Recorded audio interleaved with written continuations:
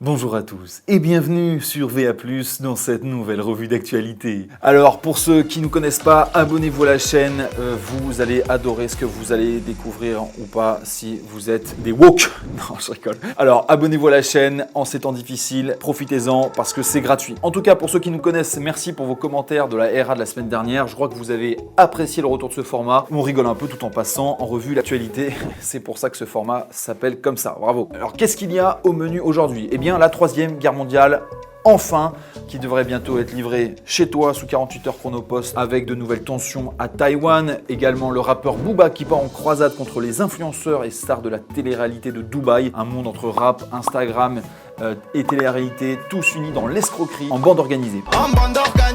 Puis enfin, on verra Thibaut InShape insulter de facho pour un drapeau tricolore. Et également l'équipe d'Angleterre victorieuse de l'Euro féminine. Est-elle trop blanche? Sans doute. On va voir ça tout de suite, c'est parti. Il est là! Il est là! Le troisième conflit mondial. Non, en vrai, c'est juste que ça ne s'arrange pas. Après la guerre en Ukraine, les tensions qu'on pressentait en Chine atteignent un nouveau cap avec Taïwan. Mais Nancy Pelosi, qui est la présidente de la Chambre des représentants des États-Unis, s'est déterre à faire une visite officielle à Taïwan. Alors vous savez, c'est une île où se sont réfugiés en 1950 les nationalistes chinois battus par les communistes du Kuomintang emmenés par Mao Zedong. Cette île, la République très populaire de Chine, veut la récupérer et la considère comme une renégate. Les Chinois jouent carte sur table, ils l'auront, c'est une question de temps. Et eux, le temps, les Chinois, ils l'ont, ils le prennent. Le fameux supplice chinois. Excellent. Comment faire? On ne peut pas laisser Taïwan être indépendant. Les États-Unis, ennemis économiques pour le moins de la Chine, soutiennent les Taïwanais et avaient prévu cette visite depuis plusieurs mois. Elle a été reportée après que Nancy Pelosi ait attrapé le Covid, mais entre-temps, la Chine a clairement expliqué que si cette visite avait lieu, il y aurait des représailles. Quelques heures après l'arrivée sur l'île de Nancy Pelosi, la Chine communiste a déployé des chasseurs pour un survol de la zone d'identification de défense aérienne taïwanaise et promet d'autres manœuvres militaires d'ampleur. Également, le gouvernement chinois a convoqué mardi soir l'ambassadeur américain.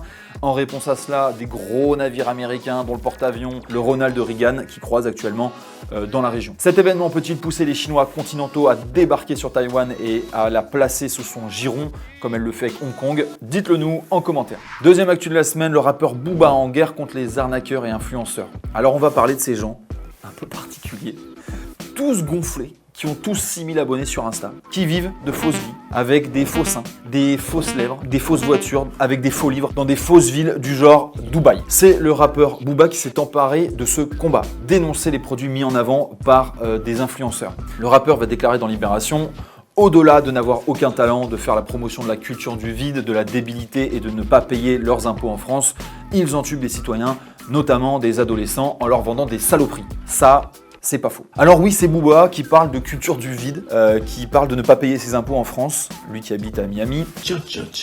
Mais ne soyons pas trop durs. Son courage contre les covidistes fous ou sur la propagande LGBT à l'école a été assez courageuse, ne l'oublions pas. Alors, qu'est-ce que Booba reproche à ses influenceurs? Eh bien d'une part, des placements financiers douteux proposés par Marc Blatta, un candidat de télé-réalité, qui promet à tous les jeunes entrepreneurs qui le suivent sur Instagram ou Snapchat, fortune et succès via un canal Telegram où il partage des liens vers des plateformes d'échange de crypto-monnaies.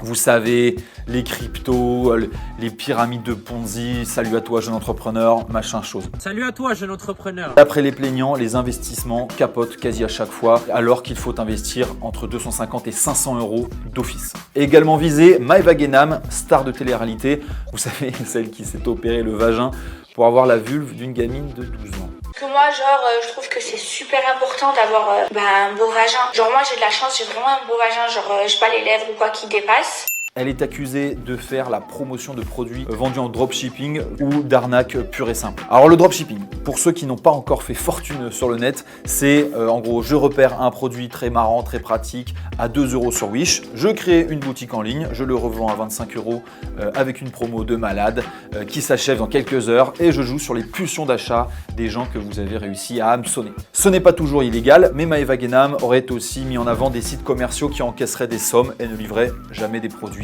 du vol. Tout ce beau monde est aussi managé par Magali Berda, ponte absolue du monde de la télé-réalité française et qui a aussi une agence de marketing d'influence Shauna Evans.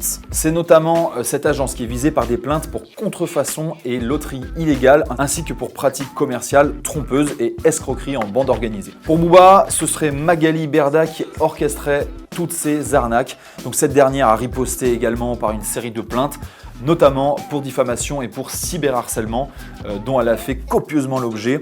Elle a diffusé une vidéo où elle montre les milliers de messages d'insultes et de menaces de mort, souvent antisémites, à son égard. Je te pisse au fond de la gorge, je te viole tes filles, tes nièces, tes cousines. Troisième actu de la semaine, cet article d'Eurosport où l'équipe d'Angleterre de football féminin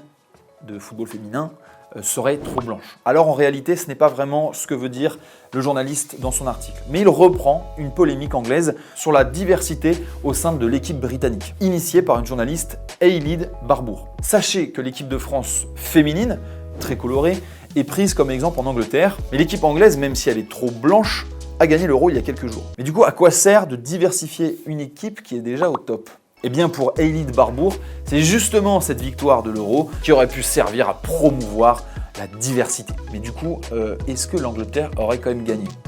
Bref, tout n'est pas toujours logique chez les woke, mais tout est bon pour servir leur idéologie politique. Qui joue gardien de but dans l'équipe de France de foot? Je ne sais pas. Et quatrième actu de la semaine, Thibaut InShape, qualifié de facho sur TikTok pour avoir affiché un drapeau français dans sa salle de sport. Oui, tout le monde y passe Thibaut. À un moment donné, tu sais, tu viens nous voir, on en parle, on t'explique comment ça marche, mais à un moment donné, c'est obligé que ça tombe sur le coin de l'œil.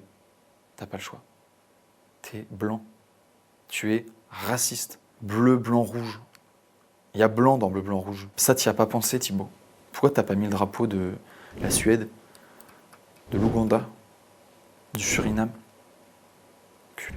Oui, 54 ans après mai 68, le drapeau tricolore est encore un problème.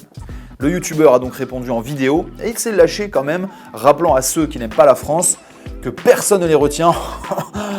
Il a même invité ses détracteurs à aller voir ailleurs comment ça se passe. Je peux vous assurer que vous allez vite revenir en France.